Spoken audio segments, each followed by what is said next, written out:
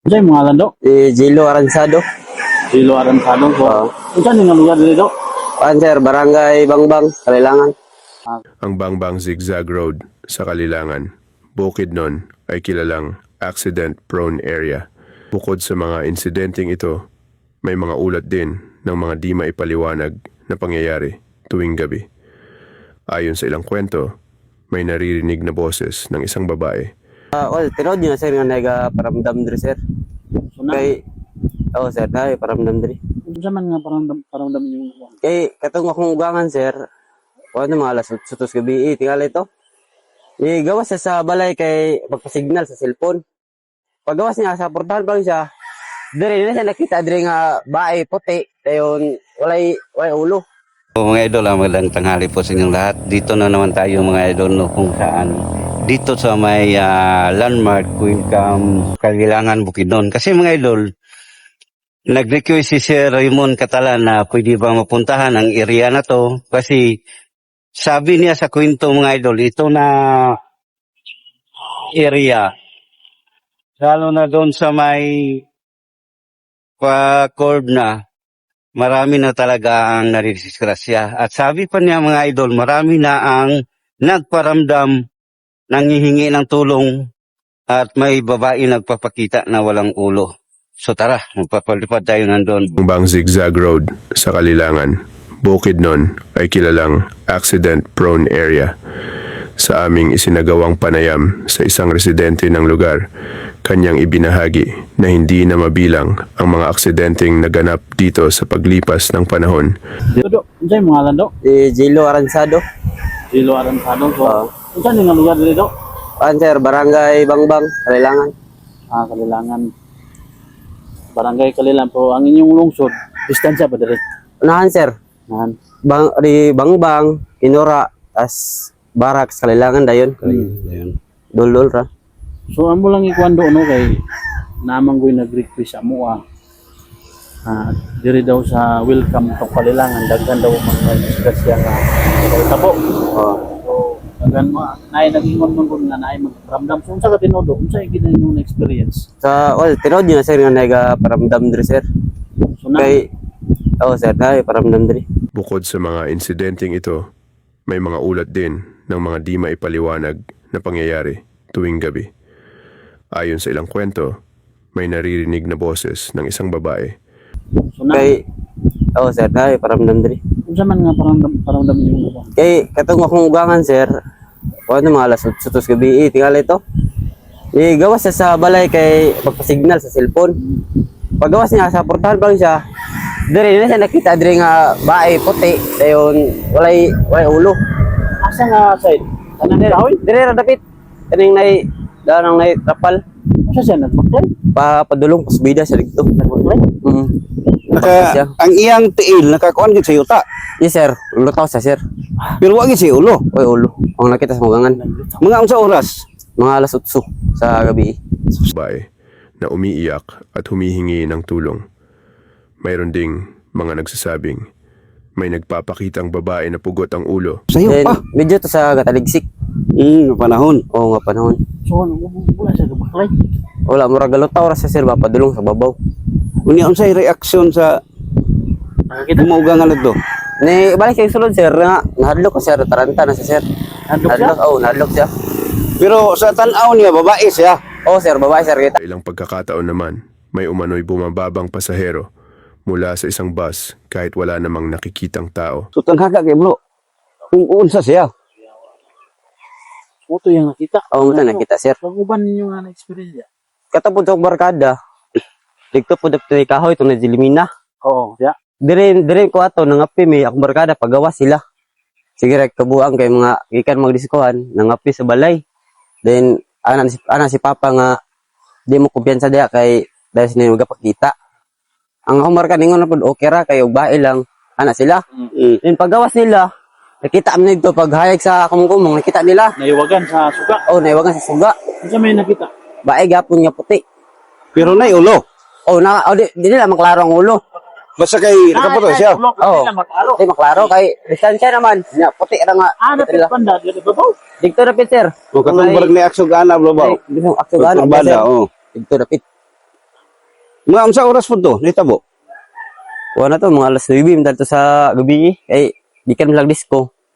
Yapit sa balay, kinangapi. Dayon, unsa may reaction nila? Pagkita. Pag kakita nila, nandito lang dagan sa balay. Tingala ka. Nagnaguot na sportahan. Kay, nagdungan mo lang sulod. Sila tanan nakakita. O sila tanan. Sila tanan ang mga barkada nakakita. Itong bayi. Diyan madlaw to. Sa itong adlaw, sir. Kukuhan. Sayo pang gabi o mga unsa oras sila? Sayo-sayo pa, mga alas 9. Nuibis. Sa'yo po Maybe sa alas pagkita. Kuan man ko do, naay nag-request sa mo nga. Imuha mo sa lutong kuan. Kahilak ya tinod na nagahilak ya. Tinoda, sir. Kay atong time nga, di ka pa migalap po atong ang balay nga dako, na balay nga paigya. Oh. Mm. Di pa migapuyo sa akong asawa ug ang anak. Ang anak ato nga time nagsakit. Dahil sila magangan diri. Ilang madunggan dito, naiga hilak, nagapangig tabang. Sok nila. Usag, sir. Unsa siya babae? Di po na mo ma-explain sa tingog niya. Basta among maka... Kuan mi nga ga, pangasig tabang, gasinggit ba? Unya wala niyo ato eh. Wala, sir. Gabi naman. Mahadlok. Nya, murag hadlok na pod. Gabi naman. Labi gid na. Eh, mo kusog siya, mo kusog. Mo hinay na pod. Hilak gid hilak. Murag hilak gid sa sir ba? Yap. Musinggit, then mga igtabang. Muna ilang kuan. Sabi niya yung mga kapatabang na kanuwak. Dayon na may istorya ganina ni sir nga daw kunoy bus munong diri. Oh, sir. Munong na bas munong diri. Tong kaisa nga agi kang kapuntukan, ano to, sildo to nako. Then nihunong ko dito sa balay. Ito na highway pa dito nga putol, dito ko nihunong. Baklay ko po doon diri, kaya may tao dito, manang usawa, kaya na diri lang mama, naugangan. Na po nihunong bus diri. Ya, dito, nihunong ko dito, na po nihunong bus diri. Naog. Wa ni naog. Nihunong rang bus, ya bring portahan. Wa ni naog. Then larga na lang bumbas dayon. Pagkatawad na larga pong bus. Pero wa igya nakitaan. Wa nakitaan kay nga nila ka bae daw. Wa mo kay nakita ka bae dito nga kuan sa bus. Pero kadaghanas po to na hitabo nga lagi manghunong nga bus diri. Oo, sir, kay kadaga na perminti na munong, sir. Bigay ko sa. Dahil muhulong kalit dari. Wala ka na po damong lilian kay basin inspektor ba, konduktor. Wala man ba makita nga ni naog. Wala ra kang bus. Mag perminti na, sir, na mo panre naog. Amo na mo hunong nga bus, way mo naog. Sige na gid. Oh, sige na, sir. Di lang kaisa nga bisis lang na. Pero may daghan nga nagparamdam dito sa Cove ug diri. Digto, sir. Dito sa Kabalag yun? O nagapakita gyapon digto. Digto daghan nga kuan. Ning Katong barag brandelia nga nangaguba. digto. Mga igo din truck Agi ito. to sa mga disgrasya dito. Kanang murag mawad na nag-break dito na mul house. Oh, Lagi kay pagturbada. Lalong siko, bada siko kayo. kayo. Nay agi to sa mga disgrasya dito nga kuan. Uwan gyud pang repair na kita namo. Kamo ga repair. Sa kaning ka-duty nakatrabaho mi sa kuan widening. Grabe gid ang mga accident kay ano kay ang uban nagparamdam lang gid sa kadaghan gid sa Mao gyud. Unsa ilas nga na aksidente diri? Pinakalas. Last tong estudyante to, sir. Ning high school ning college. Dugay-dugay na. Mga dugay-dugay na pod na kuan sa gumong-gumong na side shift ba. Tong motor. Uga motor. Taga-asa man to? Ako na og kuan, sir. Tagaha to. Pero patay gid sa litso. Patay krimen to, criminology. Sus, sayang no. message chip siya. Nga kuan sa kumong-kumong. So unsa pay uban nga mga nadunggan nimo nga istorya nga bahin diya nga nagparamdam gyud? Maliban adtong Gahilak. Kana. Pag may nakita walay gasantil mo diya. Mura mo to na kuan, sir, pero daghan na, sir, kay daghan mo naka suda, naka-witness nga ay gapang nadlok da. kita gid nagparamdam. Paramdam. Amo lang yan og adlaw kay Makita na mo. para ipakita na mo ang area. Wala pa pumigdon. Para na mo guwam gyud kung sa gid sa kasiko nga dalan din. Amo kay puning balikan kay ano. Among kuanan di alayan na mo dasal. Oo. Kay sa nga na mo gyud may pangayog tabang. Oo, nagakuan. Dayon ano bro, ang nag-request Ikon tingin sa tuloy nyo? Si Raymond Catalan. Ri Katalan. Ikon sa man mo na. Kuan sa kung uyon sa kong sawa, sir. Di ba? Tong nag-request. So nakaabot kami diri. Oo. Siya yung nag-request kang panihan. Kita kaniya niya. Makita ka niya. Uy, so kita ngalan mo? Jilo. Jilo. ang anak ato ni Busing imo ang asawa. Asawa. Taga mangiga. Ako sir, taga Malay-Balay gid ko sir. Imo ang Mm. asawa. So dinhi na ka kuan. Dali na po. Balay na pugaglain. Wala pa sir. Ano sila ha? Oh. Imo ang asawa na pwede man. Isa pa sir. Nagtrabaho ang asawa sa Summit Bro. Uban atong kuan, ang nag-request sa inyo. Nag-uban sila. Uban sila. Ako duty trabaho ang Summit Pagapon. Pero wala na ka naka-experience nga maagi kagabi diha nga nakilapansin. Gaagi man ko gabi sir pero wa ko mapansin kay na gabuylo na lagi. Pero obserbato ka. Oh, gaserbato ko sir. Kuan gid agi Pero ang ang gabi. imong paminaw yun, murag lain yun. Ang paminaw murag bugat gyud ang luyo bitaw. Na agyod oh. Madlog gyud. Anak ginag sa diskusyonan ni lugar. No. So sa bro. Oh. Kuan. Unsay may istorya sir nga nami diri karon na interview ta ka at anang ma-vlog na mo. Ma-picture na mo ang lugar sa diskusyonan ninyo. Kuan lang nimo. Lugar oh.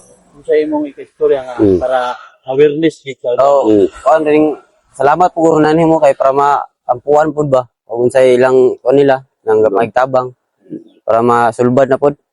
Eh taud na pud diri nga kuan. O then Para mandam. isulti po do sa mga gihay kinahanglan mag-amping mo lang magsilbato. Gamping gud kay di ta magkumpiyansa. Serbato gud ta naglabay da. Eh ba di matagal ang panahon. Oh, good. Ikaw bro, sa kadugang. Salamat kay ha. Yes, sir.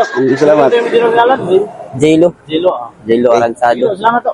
Sige sir. So mga idol, dito na tayo mismo sa baba. Kung saan ay napaka-corp talaga dito mga idol.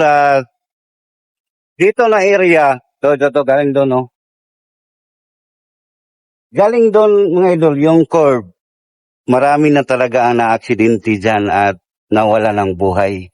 At dyan mismo mga idol, nagpapakita ang babae at dyan palagi umiiyak nang hihingi ng tulong.